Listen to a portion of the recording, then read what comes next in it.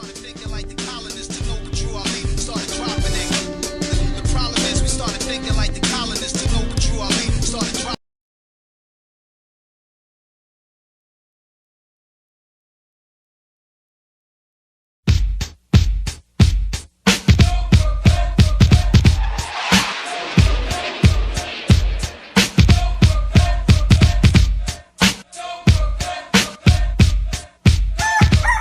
At you and talk about they can sell it to you, it's not for sale. Give me your hand. Pull your sleeve up a little bit. Now watch this. This is just demonstrating. You see. Hold on, wait a minute. That's your nationality. It's in your blood. Can I sell it to you? It's an issue of when you become conscious doing it, isn't it? That's metaphysical. It's spiritual. That's why it is said in the ancient temples of Mizraim in Nubia, man, know thyself. No, listen to what I'm saying. If you don't know that, the political act of nationalizing has no potency. And you can be fooled. I can come and sell you a package that was $800, $2,000, $5,000. You'll be all impressed until you find out that you're in the same condition later on. But if you understand nationality, if you had no penny in your pocket, you begin to exercise powers that no one gives you that already resides with you. But you must study it to understand its effect in society. Do you understand? And so our duty, even with our weaknesses and our shortcomings, and we got plenty of them, is to try to make sure that you get the basics as my brother, that we can join hands then get something done. Do you understand? Without me trying to take advantage of you, without me trying to make you a believer and be passing around the pillowcase type stuff, that's nails bullshit. Do you understand what I'm saying? It's for us to exercise. And like when we was talking upstairs, and these brothers, they've been producing things for quite some time. The deal of it is they are the indigenous of the land. And it's not that we haven't done business with other nations, but they shouldn't be dominating the trade. That's right. No, they shouldn't. Do you understand what I'm saying? Just like when these brothers, they be doing a lot of good work, right? I'd say, oh man, brother, I ain't seen you in a minute. That's because he went to China somewhere looking at some factories, and not because he needed a passport from the state of New Damn York. Because he should be coming in from his own nation. Even in the same territory, because foreign doesn't mean distance, it means jurisdiction. Our issue is that we're trying to get this understanding to our people because the passion that they've been exercising in their different organizations is misdirected. They got the passion, but it's sort of like having gas with the hose cut. It keeps going on the ground, the car keeps on chugging. And that's what our thing is. So we got a lot of organizations, but we always chugging along. And then we get mad at each other when that ain't really what it's about. It's that we don't understand government. That's right, Elder. Do you understand what I'm saying to you? And so it's our job to make sure that you understand it. Not, I ain't giving you a daggone thing. I'm unconstipating you. That's all. But it's your shit. That's right. And no, that's something. No, and it's the same thing with the wealth and the birthright. And that's the truth about birthright. Getting anything. It's a, you know what it is, really? It's like the police. We building our own police. That's like, is that like? Let me say this. This is what it is. As an example. The elder knows. Let's see. Now, when I went to court, when they kidnapped me last time, and the judge started talking about the tickets and everything, he started talking about something, and I said, object. Right?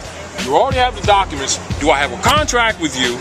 And did you return the writ of discovery? Then he talked to the prosecutor. You had the papers or anything. Then he told the prosecutor, you know, Mr. Bay, we have no claims with you whatsoever. They have to deal with this right on now. Dismissed. Bam. So I'm out. Then I got to deal with other crap. But that was done. It's because he understood that I understood what his obligations are, not whether I ain't arguing a damn thing. That's right. He understood that you are. No, because I'm 360. I ain't grant you just for the title. But the Grand Sheik title belongs to the people. That's right. I only use it when I'm functioning in the temple or business for the people. Other than that, I'm just a brother and sister. But that's your right too. What people need to understand about the Moorish movement is that it's about birthrights. It's not about believing a damn thing. Thank you. It's about exercising rights that already belong to you, that others are already aware of, that don't want you to know, because they're living off your virtues. So they're not going to sit up and have this discussion with you. But don't think because they ain't having the discussion that they don't know. They know very well the wealth of this nation is on your back. And not because of racism, because they got your birthright. How many So our job... How many solutions are hers? All of them? All of them are hers. Thank you. Give you a full copy, all right? And so, my issue with you, with your enthusiasm, and which I respect, and I'm really fired up about that. But if I understand government, I'm not going to sit around and just pat you on the back and hug you and everything because you fired up. Because I already know in the real world you would be impotent until you really understand what their obligations are that precede the adoption of that Constitution. So I would not sit up here and be talking about let's make a commercial contract that binds them, but you can't make a contract or treaty that binds them that don't supersede your entry.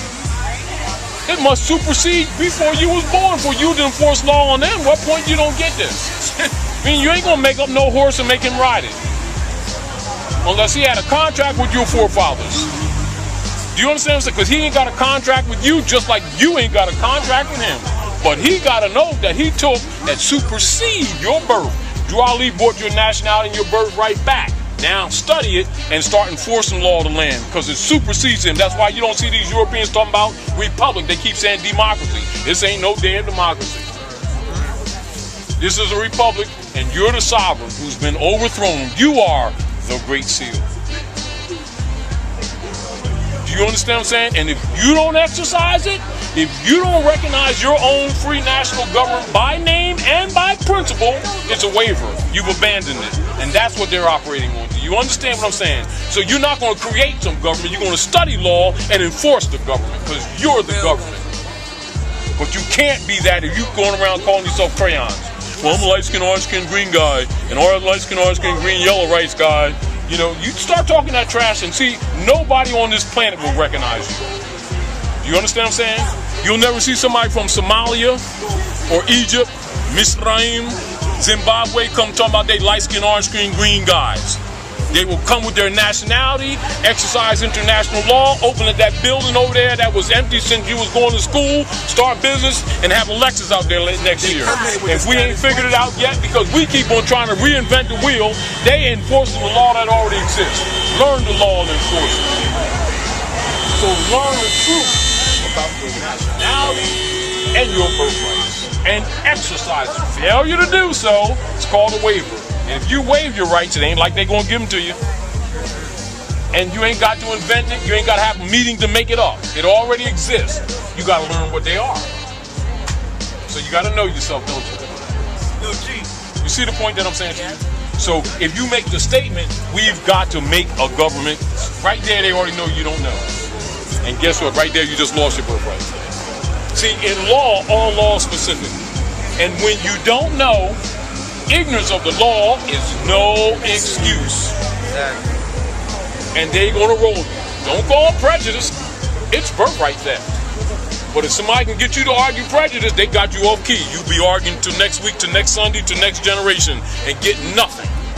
You start arguing birthright and start filing RICO acts on them and Title 18s against them, then you start having some effect. Start enforcing that Constitution. That's why when you read Article 6 of the Constitution, it says all debts and engagements entered into before the adoption of this Constitution shall be binding against the United States under this Constitution as well as under the Confederation. And all treaties made or which shall be made under the authority of the United States shall be the supreme law of the land. That's the numbers that I'm enforcing. That's your tax. See, so now if you know it, then do you need a UCC for that? You need to enforce the Constitution like Drew Ali told you, and still stop thinking that there's some spooky guy man saying some prayer. He enforcing law. He's the law man. Our people, he's been misrepresented to our people. That's why we're impotent. What about those that say that, you know, the government is tricky They Yes, don't it's tricky. honor. Yes, They it's don't tricky. honor. You know how? You're absolutely correct. Color of government is tricky. Government, just saying it loosely like that, that's generic, isn't it? And it's just like when people say the law says, right? So we got to make sure our people know the distinction between de jure law and a color of law. De jure people and colored people. That's two different categories. De jure people is a natural living being that has birthrights divine. A colored person is a corporate instrument made on paper. That's a fake. It's a fiction. It's a Santa Clausky. Don't talk about rights because it doesn't apply. Once you understand these rules, you won't take it personal.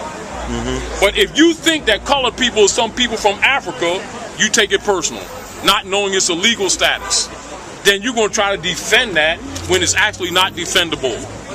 Do you understand what I'm saying? Now, once you study law and anthropology and world history, you will understand why other Asiatics from Africa, etc., don't come here and start talking about they light-skinned yellow guys. You know, then we get mad at them because they ain't calling themselves light-skinned, black-skinned, orange-skinned, purple people. Oh, they trying to be against the brothers. You know, and this is what our problem is.